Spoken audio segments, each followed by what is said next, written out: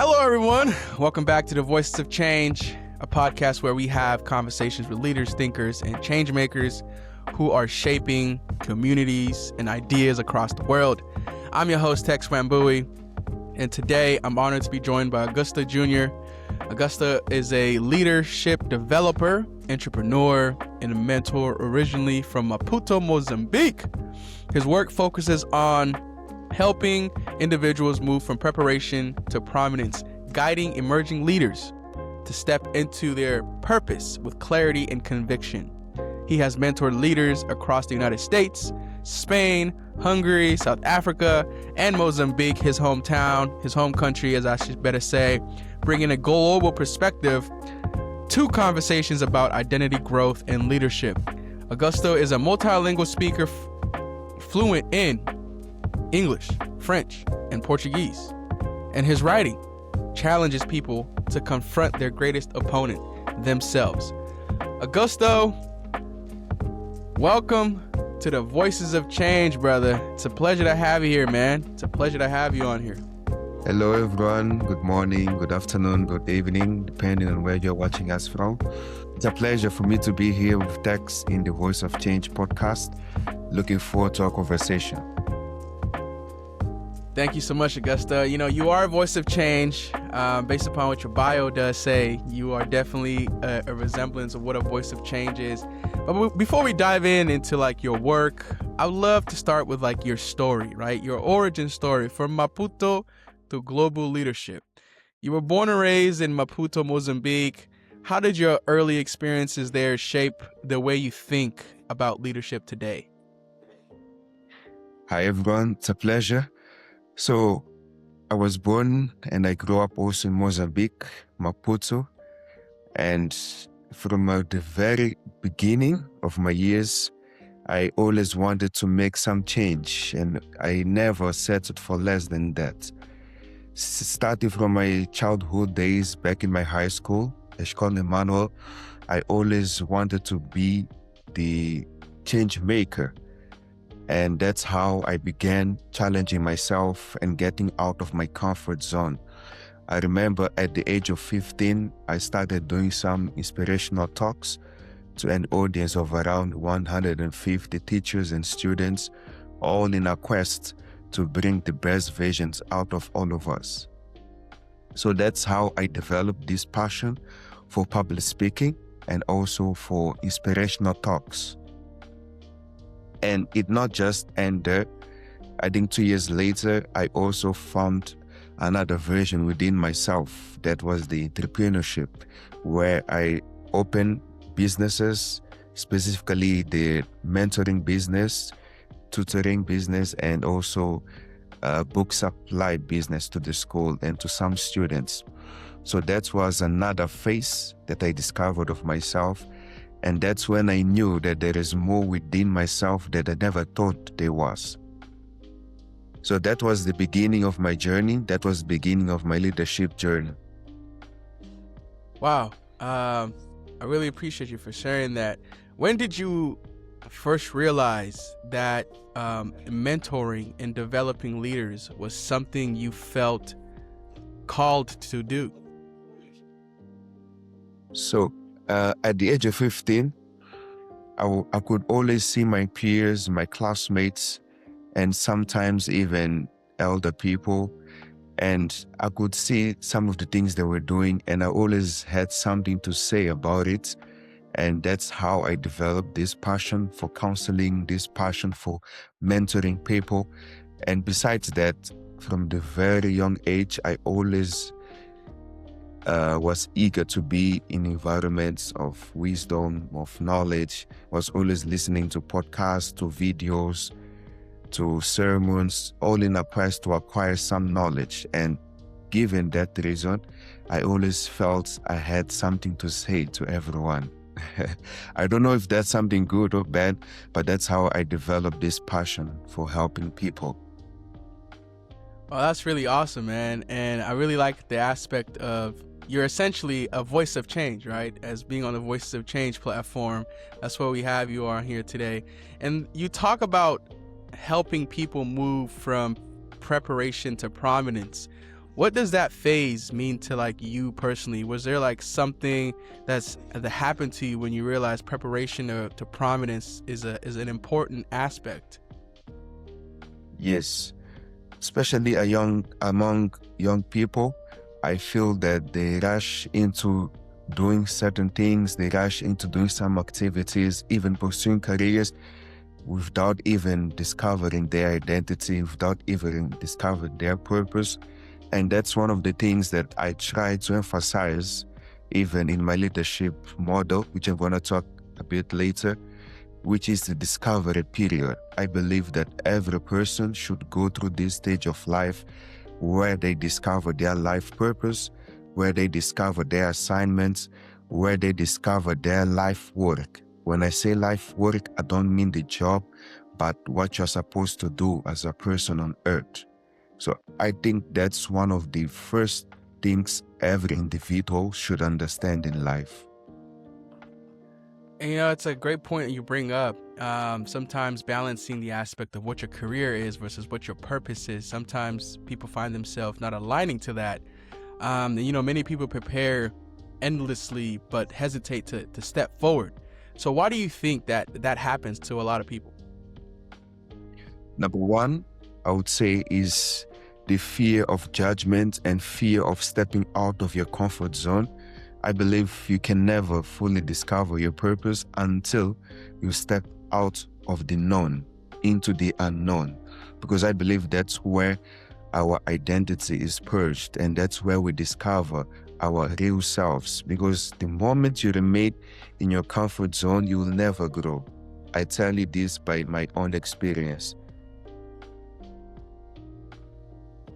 And, talking about your identity, growth, and leadership, one idea that I found really powerful in your writing and what you've done is the idea that our greatest opponent is ourselves, right? What do you mean when you say that our greatest opponent is ourselves? Thank you. Awesome question. You see, oftentimes people blame others. We blame the governments. We blame our continents. There's always people and situations to blame, but very seldom we blame ourselves. I believe before we look externally, we have to look internally. All the answers that we are looking for outside, they're within us. So that was the first assignments that I wrote as in my book, for people to take the challenge to challenge themselves, in fact, to don't look outside but also look inward, to see perhaps your barrier is not there, it's here, So that was one of my main emphasis when writing, for example, the book You versus You. This was a challenge for people to discover themselves without pointing the fingers to other people. And was there a moment when you decided that I wanted to write a book? What was that moment when you said, I'm going to put this in a book and have a manuscript that I can rely on? When was that moment? So that happened, I believe, almost 1 year ago. And I was preparing to speak to emerging leaders. And I was just pointing down some notes. And I just felt within me that this is beyond a talk. This has to be written down. This has to go beyond Budapest, where I was about to speak. And that's how I discovered this passion for writing. And that's how I even enjoyed this journey of writing. And one of the reasons why I wrote this book is because I found out that it's not about the continent where you are at, or even the circumstance you are facing, but it's about how you deal with it. There's always problems everywhere. There's no greener grass on the other side, but it's just our perspective that changes everything. So that's how the journey began. Wow, from Maputo, Mozambique to giving talks in Budapest. In your experience, mentoring leaders across different countries, what are the most common internal barriers that you've seen that people face? Number one, I would say self-doubt. People don't believe they can do it. Oftentimes, they even depend on external motivation. I remember back in the days, like 10 years ago, every morning at 5 a.m., I used to go to YouTube and open those motivational videos. Like, you have to get up, you have to do something, you have to change your life. I would feel so hyped up, but after 5 minutes, I would go back to my blanket and sleep, because that was just a motivation that just lasted for the instant. So it's important for people to understand that they can do more and they don't need external validation. They don't need external motivation. They have to create the discipline within. They have to believe in themselves. After all, if you don't believe in yourself, who will? Very well said. Very well said. Yes, self-doubt is a really big thing that I feel like everybody experiences, even the greatest leaders in the world, even to the smallest person in the world. That is something that everybody experiences. And the best validation is your own validation, which I completely agree with. So how would you say, how do identity and purpose shape the way that someone leads? Okay, so I believe that purpose is the seed of leadership. Why? You cannot lead on something you yourself have not discovered yet. That's why now I will introduce to you my leadership model. This is my personal leadership model, which I call the DMEF. So this, I think, is visible. Okay, so this is a graph. It might not be that visible, but I'll just explain it. This is a graph that starts with D, which is the discovery, and goes to N, which is the mastery, then goes to E, which is endurance, and lastly it goes to F, which is freedom. So the first stage is the discovery, where the individual discovers their identity, discover what they're supposed to do in life, discover their work, not job. And also, as they discover that phase, it now helps them on how to master the discovered purpose. I believe that leadership is all about mastering what you have discovered as your purpose. Wow. So what is that's really fantastic how you said it's called DMEF, discovery, mastery, endurance, and freedom. Yes. So what would you say then a purpose driven leadership looks like in practice, and how can someone, I guess, begin developing leadership before they hold like any sort of leadership within any form of community or foundations or formal positions? Okay, so I'm a Christian, by the way, and I believe that the first port of call for us to discover our purpose is to ask our Creator, which is God. So no matter how hard we try to find it on ourselves, it's just the Maker that knows our purpose, that can help us even to discover that purpose. So that's my first port of call, that we should inquire of God, and He's gonna direct us on how or where we should be and what we should be doing.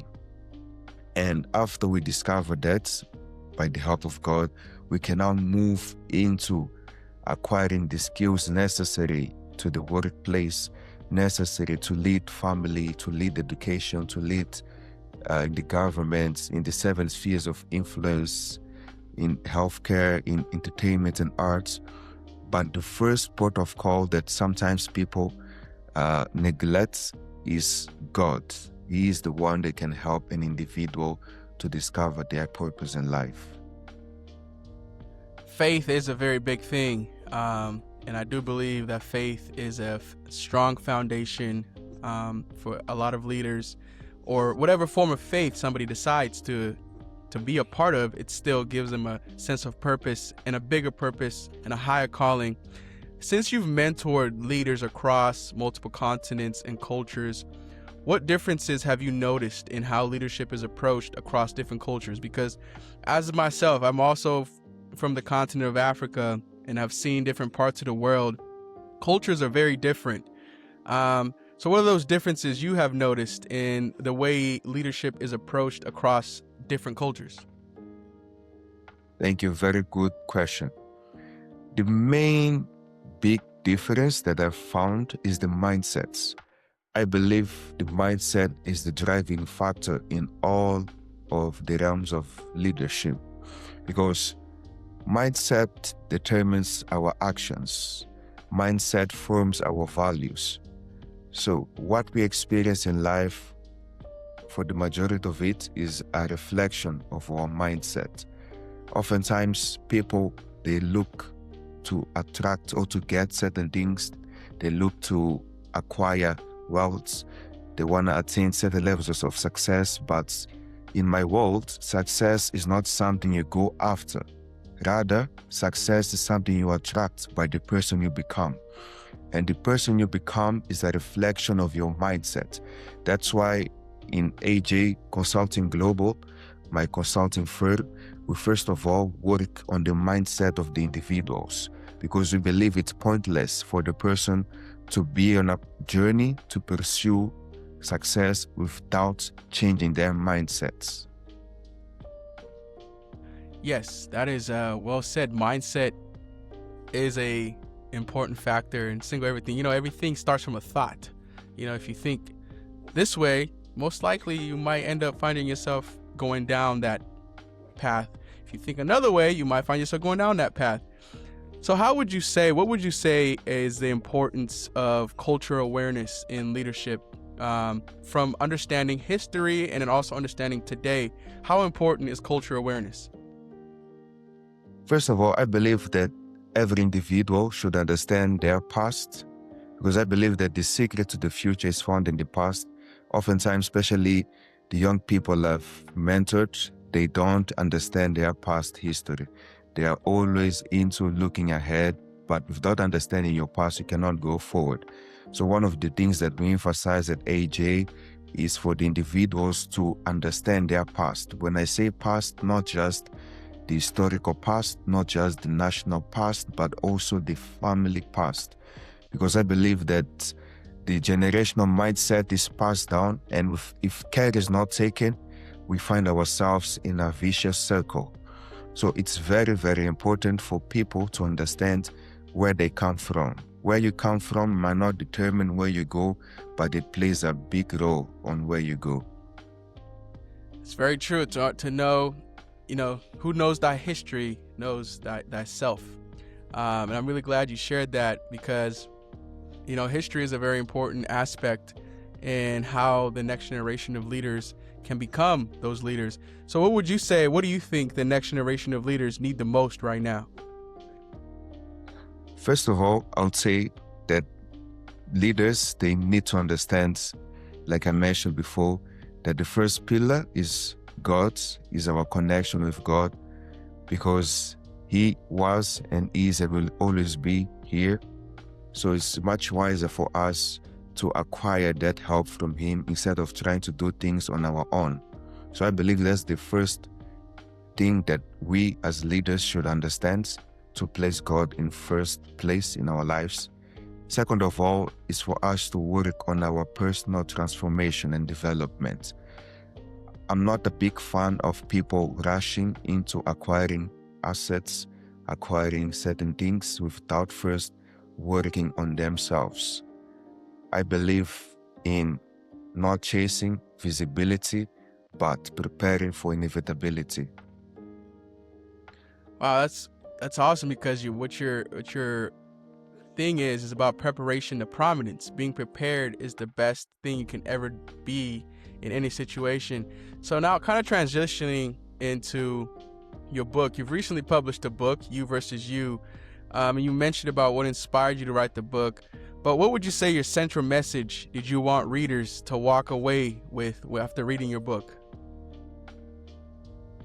One of the messages I want people to understand is that time is the most expensive commodity on earth. And one of the things that I did in this book, I divided time into 4 seasons, and I call them the 4 meals of life. I have breakfast, 0 to 25 years. I have lunch, 26 to 50. I have supper, dinner from 75 until 51 until 75, then supper. So what I did in this book was try to break down what each stage of this life represents in a person's life. So for example, what type of decisions a young person in their early 20s should make and how they can go about it. Because oftentimes people don't understand that there are certain things that you have to do at a certain age in terms of purpose, in terms of making decisions. I believe that in life, there is always a best before time. Just when you buy a product, there is a time allotted for the consumption of that product. If care is not taken, and if the product expires, you might not be able to use it again. So it's important for us to understand the times and the seasons and not to be carried away by peer pressure, not to be carried away by what we see around us, but to be people of focus, to be people who are time conscious as well. So that was one of the messages I addressed in this book. Wow, it's a very great thing. You applied a lot of principles also from the economics world and the psychology aspect of things. And I really enjoy that and appreciate that. And if someone was reading your book and applies just one of those lessons from it, what would you hope that lesson is? I would say take action. Take action. Don't wait forever. I've never seen a successful person that never failed before. If you know one, please run away. Every person you know today that is at the peak in their careers in business and education, they've failed at least once. So one of the things that I support in my book is for people to try things out. It's okay to fail, but it's not okay to be hesitant. So that's one of the things that I always emphasized, even in the last chapter of the book. And I remember there's one chapter I said that this book is not only intended for your information, but your transformation. So one of my goals in writing this was for people to get something out of it and to take action, even starting tomorrow. Wow, I just learned something there myself, and I really appreciate you for saying it that way. And it really puts into perspective the aspect of taking a risk. Would you consider yourself a risk taker? Oh, yes. Yes. I would highly say that I am a risk taker as well. And I do think that part of taking risk is willing to accept failure and success no matter how it comes.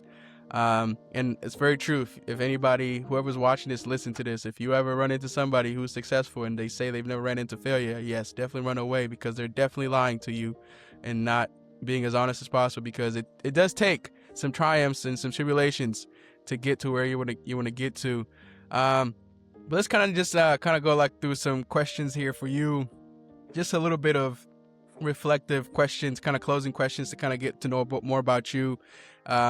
What does leadership mean to you in one sentence? Leadership for me means leading yourself. Well said. Leading yourself.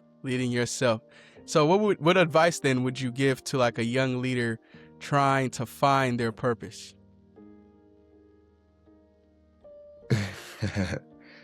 For a young person trying to find their purpose, the first thing I would say is to get out of bed. Stop procrastinating. Stop giving excuses. It's time to rise up and do something with your life. Yes, excuses are tools of incompetence used to build monuments of nothingness, and those who use them are only good for nothing but themselves. So that's some great advice right there, and I definitely believe. Yeah. Yes. So that's true. One of the things I also make in my book is that people should try out certain things, and as they do so, they will understand what type of activities or skills or talents fit them the most. Instead of just sitting and doing nothing, they just have to go out there and try different things. As time goes on, they will discover their sweet spots. That's what I did in my life. That's what I do till today. Well said, man. Yeah, taking a risk. is one of the most important things. And I really appreciate the fact that you yourself are willing to be vulnerable, actually, to share your story and how you've gotten to where you are at, because it might inspire the next person next to you. Was there like a book that influenced you the most, that made you become into this or end up writing a book yourself? Not really. This was just personal experience.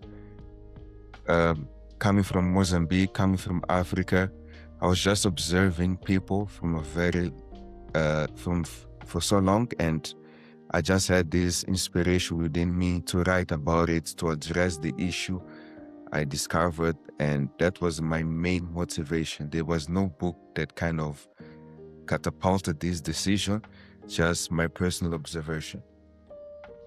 And that's a great thing you just touched upon there about observation. I feel like that's a very great quality, or a character trait as somebody who is developing themselves. Is sometimes it's very important to observe your surroundings and also observe yourself, and being able to understand what's going on around me and how can I best be in the community, in the spaces that I know that I can thrive in, which I really appreciate you for sharing that.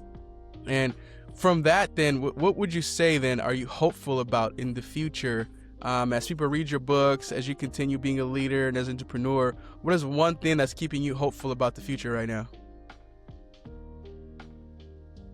One thing that keeps me hopeful about the future is that young leaders are now realizing that they can do more than they think they can do. And one of the things that I also emphasize with my mentees is for them not to conform to their current poles or companionships, but to think bigger, think higher. One of the things I've realized mentoring people from different countries and continents is that the environment you are living somehow affects the way you think. So you have to go beyond that. You have to refuse to conform to the mindset, to the patterns of the people around you if you mean business. Wow, Augusto, man, this has been a very powerful conversation, and I'm really thankful for you for sharing your insights, your journey, and the work you're doing to develop leaders across the world, as well as you willing to be vulnerable to show that sometimes you got to take that risk and discover yourself. And I really like your leadership model, the DMEF, discovery. Remind me what the M means again. So D, discovery; M, mastery; E, endurance; F, freedom. So this is a mentorship package that we provide at AJ Consulting Global. So you can check our websites, AJ Consulting Global, and you'll find there more information on how we operate, what's our vision, and all about the company is found in the websites. Awesome, man. And I was actually going to ask you that next. Is like, before we wrap it up, is like, I was going to ask, where can people go find your work and learn more about your book? We'll put the links right here, and everybody can go check those out.